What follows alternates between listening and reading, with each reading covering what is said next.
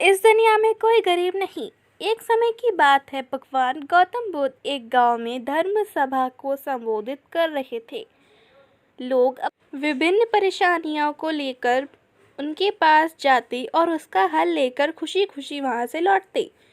उसी गांव के सड़क के किनारे एक गरीब व्यक्ति बैठा रहता था तथा महात्मा बुद्ध के उपदेश शिविर में आने जाने वाले लोगों को बड़े ध्यान से देखता। उसे बड़ा आश्चर्य होता कि लोग अंदर तो बड़े दुखी चेहरे लेकर जाते थे, लेकिन जब वापस आते हैं तो बड़े खुश और प्रसन्न दिखाई देते हैं। उस गरीब को लगा कि क्यों ना वो भी अपनी समस्या को भगवान के समक्ष रखे। मन में यह विचार लिए वह भी महात्मा बुद्ध के पास पहुंचा।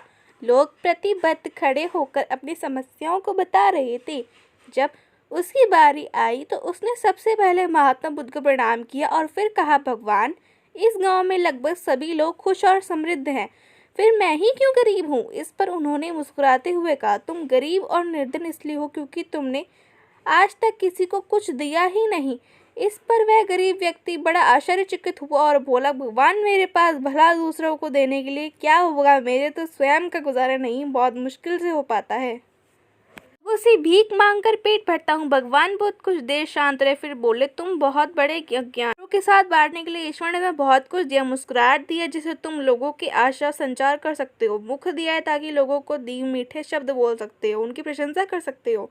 2 हाथ दिए हैं, लोगों की मदद कर सकते हो। ईश्वर ने जिसको ये 3 चीजें दी हैं वह कभी गरीब और निर्धन नहीं हो सकता। निर्धनता का विचार आदमी के मन में होता है, यह तो एक भ्रम है, इसे निकाल दो। कभी भी मन में निर्धनता का भाव उत्पन्न ना होने दो, गरीबी अब दूर हो जाएगी। भगवान बुद्ध का संदेश सुनकर उस आदमी का चेहरा चमक उठा और उसने इस उपदेश को अपने जीवन में उतारा, जिससे वह फिर कभी दुखी नहीं हुआ।